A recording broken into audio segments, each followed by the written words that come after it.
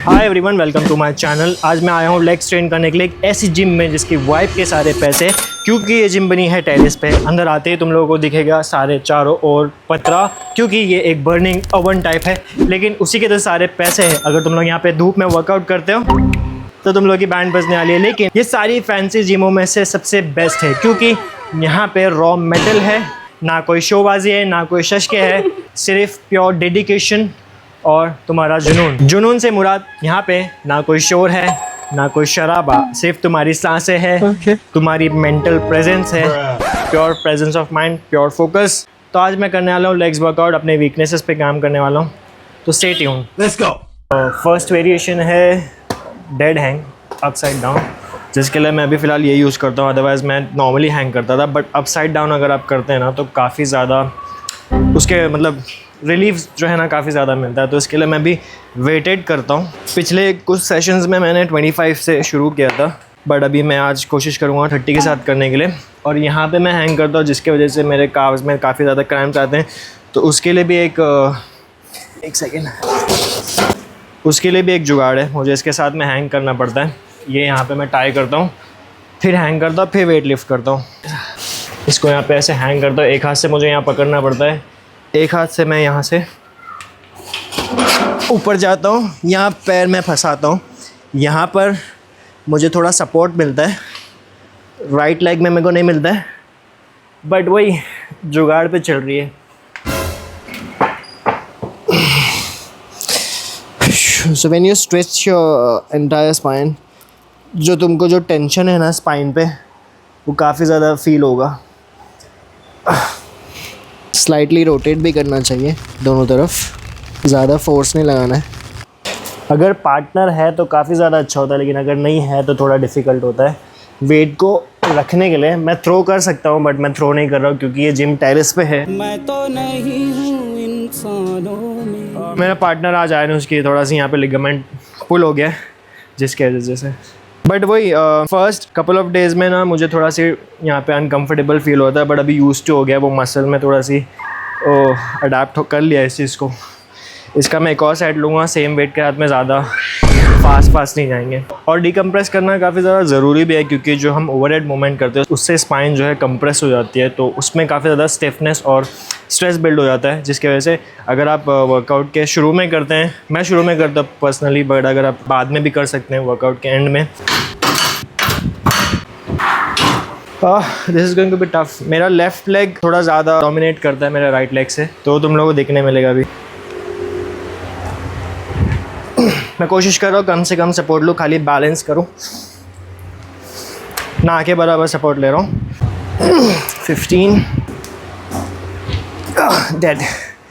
15 जाता है लेफ़्ट से, और राइट से 8 भी गया तो मुश्किल है। बहुत ज़्यादा डोमिनेट करता है, पता नहीं क्यों ऐसे।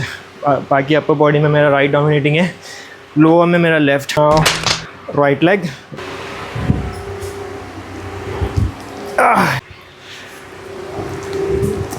10, 9.5। फोकस करूँगा नेगेटिव पे, नहीं जा रहा है पॉजिटिव, इसलिए 2-3 रेप्स एटलीस्ट मैं नेगेटिव निकालता हूँ।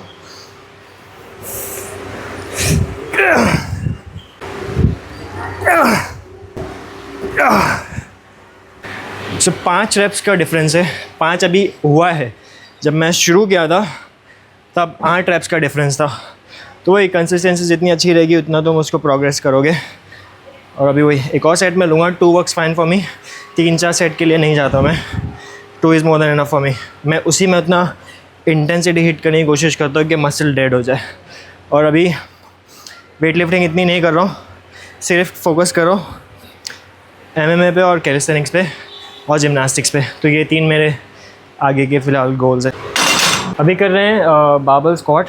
ये मैं बहुत साल पहले किया हूँ, उसके बाद नहीं किया हूँ बिकॉज ऑफ माई इंजरी, और स्टेबिलिटी का मसला अभी भी रहेगा। मैं इसलिए स्टेबिलिटी के लिए ये ले रहा हूँ। वेट मैं नहीं डाल सकता हूँ ज़्यादा, क्योंकि मेरी हैबिट नहीं है, तो मैं लाइट वेट से करूँगा। कोर ब्रेस करने पे फोकस करूँगा, जहाँ पे मेरा बैलेंस आउट हो रहा है, जहाँ पे मैं ज़्यादा फोर्स लगा रहा हूँ, मेरी नी केविंग पे ध्यान रखना है, उस पर काम करेंगे। लास्ट सेशन में मैंने जब किया था तो मुझे ब्रैकियोडियालिस पे मेरे काफ़ी ज़्यादा स्ट्रेन आ रहा था, क्योंकि मैं यहाँ से पुश कर रहा था बार को लिफ्ट करने के लिए। तो आज बेसिक वही फोकस करेंगे। एंड अगेन मैं वही कह रहा हूँ कि स्टेबिलिटी पे काम कर रहा हूँ, मैं वेट्स पे नहीं काम कर रहा हूँ। वेट्स अगर मुझे मारना ही रहता तो मैं सपोर्टेड लेग प्रेस मार देता, बट ना, जो मेरी वीकनेसेस है मैं उस पर काम करूँगा। कोर ब्रेस करने के लिए मुझे सीखना है, क्योंकि मैं पंचेस उतने अच्छे से खा पाता हूँ, बट अगर मैं ये मूवमेंट करता हूँ तो मेरा कोर ब्रेस नहीं कर पाता हूँ मैं। बिस्मिल्लाह।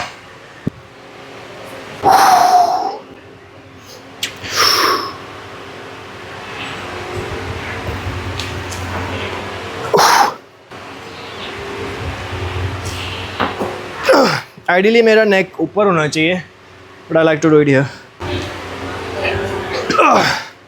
ओह, नॉट बैड। अगेन जैसे मैंने बताया कि जिम टेरेस पे है और चारों तरफ पत्थरे लगे हुए। अभी तो फ़िलहाल ठंडी थोड़ी बहुत आई है, बट नाम की है। लेकिन पिछले 10 दिन पहले अगर की बात करूँ मैं, 10 दिन पहले की, तो ये एक अवन जैसा गर्म होता ना, वैसे हो जाता था। तो उसमें ना कंप्लेंट कर सकते हैं अभी अपने को, फैंसी जिम्स में कर चुका हूँ, लेकिन वही है, वहाँ पे सिर्फ शोबाजी होती है।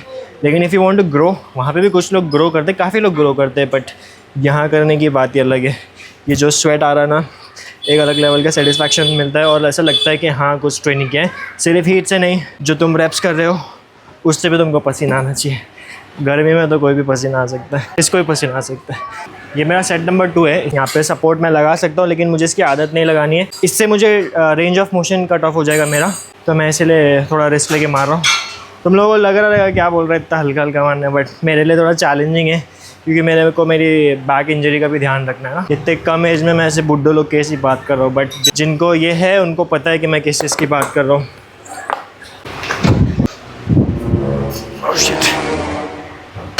2.5 ही है ना, 2.5 ही है ना, मेरे को लगा डिसबैलेंस क्यों हो रहा है।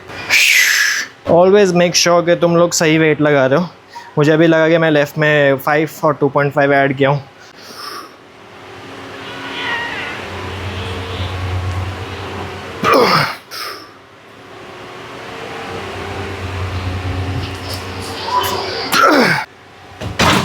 और एक चीज़ मेरे को बतानी है, बैक इंजरी के साथ में मैं सयाटिका से भी डील कर रहा था। सयाटिका इतना डेंजर हो गया था कि मैं 100 मीटर से ज़्यादा वॉक नहीं कर पाता था। जैसे मैं वॉक करना शुरू करता था, मेरा राइट लेग पूरा नम हो जाता था। वो नाइटमेयर अभी भी कभी कभार जब मैं आड़ा टेढ़ा सोता हूँ तो मुझे वो नर्व पिंच होती है सयाटिका की, तो वो फ्लैशबैक आने चालू होते हैं कि वो वॉकिंग का जो मसला था वो मैं वापस से नहीं चाहता। तो मैंने उसको कंसिस्टेंसी के साथ में ट्रेनिंग, स्ट्रेचिंग करते करते करते करते ही ठीक हुआ है। तो वही, जो भी तुम लोगों को जो भी चीज़ें तुम लोग सफ़र कर रहे हो, जब तक तुम लोग कंसिस्टेंट नहीं रहोगे किसी भी चीज़ में, तुम लोग उसको ओवरकम नहीं करोगे। मैंने मेरा बैक को ऑलमोस्ट ठीक किया हूँ। सियाटिका अल्हम्दुलिल्लाह काफ़ी ज़्यादा हद तक के सही हो चुका है, बट कभी कभार वो पिंच होती है नर्व, तो वो फ्लैशबैक घूमते हैं सर के ऊपर। तो अब है वेरिएशन नंबर 3, जो कि है हिप थ्रस्ट। मैं मेजर अपने रूटीन में रखता हूँ हिप थ्रस्ट। मेजरली बॉयज़ लोग हिप थ्रस्ट को निगलेक्ट करते हैं, कहते हैं कि फ़ीमेल्स को करना चाहिए, फीमेल्स की एक्सरसाइज है, बट ऐसा नहीं है। सबसे मोस्ट निगलेक्टेड वेरिएशंस होती हैं अबडक्टर्स एंड एडक्टर्स, हिप थ्रस्ट, जो बॉयज़ लोग नहीं करते हैं। उन लोगों को लगता है कि अपने पास वो मसल है ही नहीं, जबकि बहुत एनाटमी में सेम मसल होते हैं। और जब भी तुम लोगों को कोई इंजरीज़ होती है लो बैक से रिलेटेड, फिजियोस तुम लोगों को हमेशा रिहैब के लिए हिप थ्रस्ट देते ही हैं।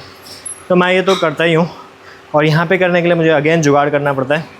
बेंच को सेंटर में लगाना पड़ता है, एंगल चेंज करना रहता है, और जो वेट्स मैंने स्क्वाट्स के लिए यूज़ किया था सेम वेट्स को मुझे यहाँ रखना पड़ता है। और क्लीन एंड प्रेस वगैरह मैं नहीं भी शुरू किया हूँ, क्योंकि मैं अगेन स्टेबिलिटी पे काम कर रहा हूँ। जब वो सब अनलॉक हो जाएगा तब हम करेंगे। और ये प्लेट थोड़ी सी हाइट छोटी है, जिसकी वजह से मुझे स्लाइड इन होने के लिए डिफ़िकल्टी होगी। वेट लिफ्टिंग वाली प्लेट्स थोड़ी सी मोटी होती है, चाहे वो 2.5 kg की भी हो ना, तो इतनी बड़ी होती है। इनिशियली मुझे लगता था कि शोबाजी के, लेकिन वो प्रैक्टिकली सही है। ये मेरे को लाइफ सेवर हो गया। मेरे को पता नहीं कहाँ से हाथ लगा यहाँ पे, और मैंने इसको छुपा के रख दिया था कि हर सेशन में, हर नहीं ऑलमोस्ट सारे सेशन में मुझे ये काम आता है। लोग वो यूज़ करते हैं रोल वाला, बट आई यूज़ दिस। अभी अपने पास ये जुगाड़ है। तो मैं इसी चीज़ की बात कर रहा था कि मुझे बार को ऐसे ऊपर करना, मेरी लेग्स पतली है ना, तो स्लाइड हो जाता है। और एक चीज़ याद रखना, जब भी तुम लोग हिप थ्रस्ट कर रहे हो तो यहाँ पे प्रेशर लगा के कभी नहीं उठाना चाहिए, क्योंकि ऑलरेडी तो वेट तुम्हारे ग्रॉइन पे है। तो तुम लोग अपने एल्बोज़ को यहाँ प्लेस करके अपने हील से हिप को थ्रस्ट करो तो ऑटोमेटिकली ऊपर जाए, चाहे कितना भी वेट हो। तो यहाँ से एटलीस्ट शोल्डर के पास से सपोर्ट रहता है, बट ये हल्का ही है।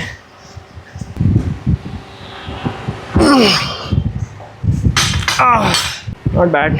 ग्लूट्स के लिए एक और मेरी फेवरेट एक्सरसाइज है जो है बल्गेरियन स्प्लिट स्क्वाट। तो उस पर मैं काफ़ी ज़्यादा वेस्ट कर सकता हूँ, बट अभी मैं उसको अपने रूटीन में नहीं रखा हूँ फ़िलहाल। तो ये कर रहा हूँ। मेरे को काफ़ी ज़्यादा शॉकिंग लगता है जब मैं फीमेल एथलीट्स को देखता हूँ 200 पाउंड्स को ईजीली थ्रो करते हुए। वहाँ कब पहुँचेंगे अपन इंशाल्लाह। लास्ट सेट में मैंने ऐड किया 15 केजीज़, इसके अंदर है 10 केजीज़। बार होगा 12-15 किलो। 20 किलो का तो नहीं लग रहा मुझे, मैंने एक बार पूछा था तो 20 ही बताए थे। तो मैं अगर बार को काउंट करूं, यूजुअली मैं नहीं करता हूँ count, 70 more than my body weight, but अगर मैं बार को काउंट नहीं करूँ तो फिर 50 पकड़ूँ।